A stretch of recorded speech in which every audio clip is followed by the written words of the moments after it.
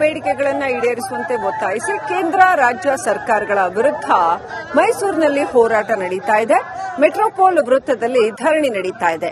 AIUTUC, ಎಐಕೆಕೆಎಂಎಸ್ ಹಾಗೂ KPRS ಸಂಘಟನೆಗಳು ಮತ್ತು ರೈತರು ಸೇರಿಕೊಂಡು ಈ ಪ್ರತಿಭಟನೆಯನ್ನು ಮಾಡ್ತಾ ಇದ್ದಾರೆ. ಕಾರ್ಮಿಕ ಸಂಹಿತೆಗಳನ್ನು ರದ್ದು ಮಾಡಬೇಕು, ಅಗತ್ಯ ವಸ್ತುಗಳ ಬೆಲೆ ಏರಿಕೆಯನ್ನು ನಿಯಂತ್ರಿಸಬೇಕು ಅಂತ ಆಗ್ರಹಿಸಿ ಕಾರ್ಮಿಕ ಸಂಘಟನೆಗಳು ಮತ್ತು ರೈತ ಸಂಘಟನೆ ಸೇರಿ ಈ ಒಂದು ಪ್ರತಿಭಟನೆಯನ್ನ ಮಾಡಲಾಗ್ತಾ ಇದೆ ಮೈಸೂರಿನಲ್ಲಿ.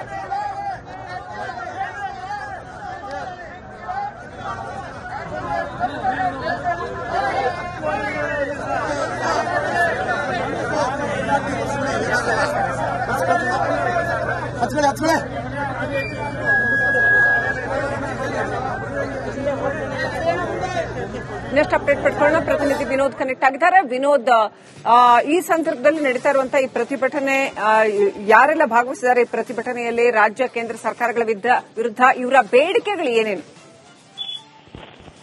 ಬಹಳ ಪ್ರಮುಖವಾಗಿ ಸುಮಾರು 4-5 ಬೇಡಿಕೆಗಳನ್ನ ಈಡೇರಿಸಬೇಕು ಅಂತ ಹೇಳಿ ಇವತ್ತು ವಿವಿಧ ಸಂಘಟನೆಗಳು ಎಐಯುಟಿಯುಸಿ ಮತ್ತೆ ಎಐಕೆಕೆಎಂಎಸ್ ಮತ್ತು ಕೆಪಿಆರ್ಎಸ್ ಜೊತೆಗೆ ರೈತ ಸಂಘಟನೆಗಳು ಕೂಡ ಇವತ್ತು ಪ್ರತಿಭಟನೆಯಲ್ಲಿ ಭಾಗಿಯಾಗಿದ್ರು. ಮೆಟ್ರೋಪೋಲ್ ವೃತ್ತದಿಂದ ಅವರು ರೈಲ್ವೆ ನಿಲ್ದಾಣಕ್ಕೆ ಮುತ್ತಿಗೆ ಹಾಕೋದಕ್ಕೂ ಕೂಡ ಹೊರಟಿದ್ರು. ಸುಮಾರು 100 ಮೀಟರ್ ಅವರಿಗೆ ಪಾದಯಾತ್ರೆಗೆ ಅವಕಾಶವನ್ನು ಕೊಟ್ಟಿದ್ರು. ಅದಾದ ಬಳಿಕ ದಾಸಪ್ಪ ವೃತ್ತದ ಬಳಿ ಪ್ರತಿಭಟನಾಕಾರ ಎಲ್ಲರನ್ನೂ ಕೂಡ ಈಗಾಗಲೇ ವಶಕ್ಕೆ ಪಡೆದಿದ್ದಾರೆ. ಇವರ ಪ್ರಮುಖ ಬೇಡಿಕೆ ಅಂತ ಇದ್ರೆ ವಸ್ತುಗಳು ಆದ್ರೆ ದಿನನಿತ್ಯ ಬೆಲೆ ಏರಿಕೆ ಆಗ್ತಾ ಇದೆ. ದಿನನಿತ್ಯ ಸ್ಥಿರ ಬಳಕೆ ವಸ್ತುಗಳ ಅದರ ನಿಯಂತ್ರಣ ಮಾಡಬೇಕು.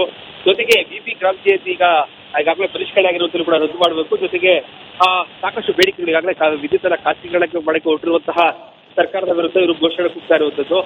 ಸುಮಾರು 6-7 ಬೇಡಿಕೆಗಳನ್ನ ಶೀಘ್ರದಲ್ಲಿ ಈಡೇರಿಸಬೇಕು ಒತ್ತಾಯಿಸಿ ವಿವಿಧ ಬೇಡಿಕೆಗಳು ಶೀಘ್ರದಲ್ಲೇ ಈಡೇರಿಸಬೇಕು ಅಂತ ಹೇಳಿ ಅವರೆಲ್ಲರೂ ಕೂಡ ಪ್ರತಿಭಟನೆ ಕೈಗೊಂಡಿದ್ರು. ಪೊಲೀಸರು ಅರ್ಧದಲ್ಲಿ ಅವರನ್ನ ವಶಕ್ಕೆ ಪಡೆಯುವಂತಹ ಕೆಲಸ ಮಾಡಿದ್ದಾರೆ. ಸುಮಾರು 100ಕ್ಕೂ ಹೆಚ್ಚಿನವರನ್ನ ಈಗಾಗಲೇ ಪೊಲೀಸರು ವಶಕ್ಕೆ ಸಂಪರ್ಕದಲ್ಲಿದೆ Vinod. I'll get back you.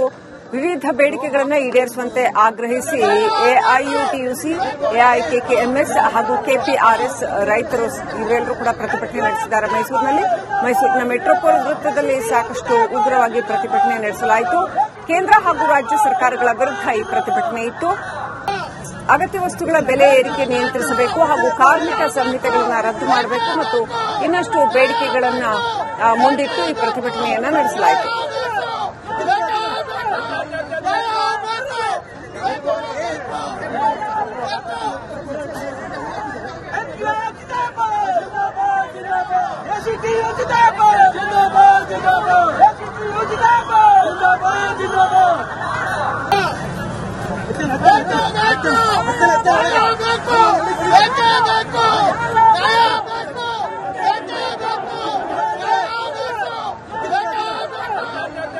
ವಿವಿಧ ಬೇಡಿಕೆಗಳನ್ನು ಈಡೇರಿಸುವಂತೆ ಒತ್ತಾಯಿಸಿ ವಿವಿಧ ಸಂಘಟನೆಗಳು ಹಾಗೂ ರೈತರು ಇವತ್ತು ಕೇಂದ್ರ ಸರ್ಕಾರ ಮತ್ತು ರಾಜ್ಯ ಸರ್ಕಾರದ ವಿರುದ್ಧ ಪ್ರತಿಭಟನೆ ನಡೆಸ್ತಾ ಇದ್ದಾರೆ.